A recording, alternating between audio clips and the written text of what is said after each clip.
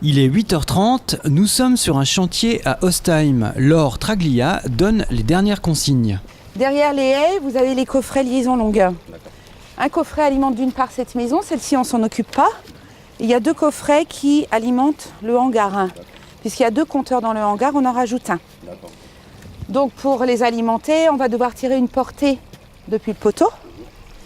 Et il va falloir aller s'ancrer ici. Laure travaille pour ERDF, principal gestionnaire du réseau d'électricité en France.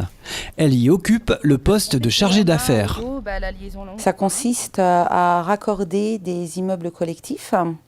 On entend immeubles collectifs des bâtiments où il y a plus de 2 compteurs, donc des logements et des locaux communs. Soit on a du collectif neuf ou soit on a du collectif existant de la rénovation.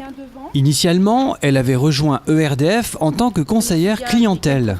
La fermeture de son service, il y a 6 ans, l'a conduite à rejoindre cette filière technique. Un bel exemple de réorientation professionnelle. C'était plutôt de l'accueil physique ou téléphonique des clients pour des mises en service, des ouvertures de compteurs, des fermetures de compteurs, des déménagements, voilà. Tout ce qui traitait de la vie du contrat du client. Aujourd'hui, Laure passe une bonne partie de son temps sur le terrain.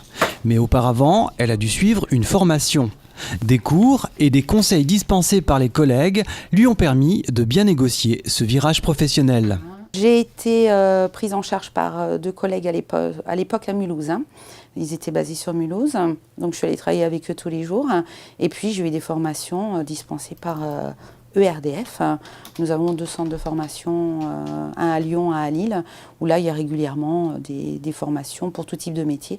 Et puis après, dans le bureau, avec mon collègue, qui lui est quelque part mon tuteur, c'est pas officiel, mais au vu de son expérience, je me repose sur lui quand j'ai des questions et des choses auxquelles je ne sais pas répondre. Et pour Laure, évoluer dans un métier traditionnellement occupé par des hommes ne pose aucun souci. Je pense que dans le métier que j'exerce, il faut du tempérament, du caractère et surtout pas se laisser faire. De toute façon, nous, dans notre métier, c'est un peu nous le patron, on dit toujours, c'est toi le patron. Les artisans électriciens que j'ai pu rencontrer, les promoteurs, je n'ai vraiment jamais eu de problème avec eux du fait que j'étais une femme. Et aujourd'hui, on travaille souvent avec les mêmes personnes. Je suis connue, plutôt reconnue. Je pense que personne ne doute de ce que j'avance. Voilà. Un point de vue partagé par le responsable d'équipe du service travaux de Célestat. Un collaborateur se choisit avant tout selon son potentiel de compétences. À un moment donné, si on a la chance de pouvoir en choisir, parce qu'il y a des postes qui paraissent, on choisira en fonction des compétences ou en fonction du feeling, des choses qu'on sait qu'on pourra mettre en œuvre dans le futur.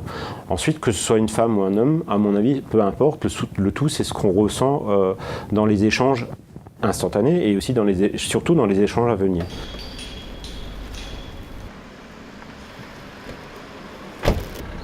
J'aime beaucoup ce que je fais. Mes collègues, en plus, je le vis très bien puisque je suis entourée de collègues plutôt sympathiques qui sont toujours prêts à me renseigner, comme je suis demandeuse pour pouvoir avancer. Donc ils sont toujours disponibles pour moi, prêts à me faire avancer. Donc pour moi, personnellement, oui, c'est une satisfaction. J'ai réussi là où pensaient certains que j'allais échouer. Que l'on soit un homme ou une femme, la dynamique de groupe, c'est sans doute ça, le secret d'une évolution professionnelle réussie au sein de l'entreprise.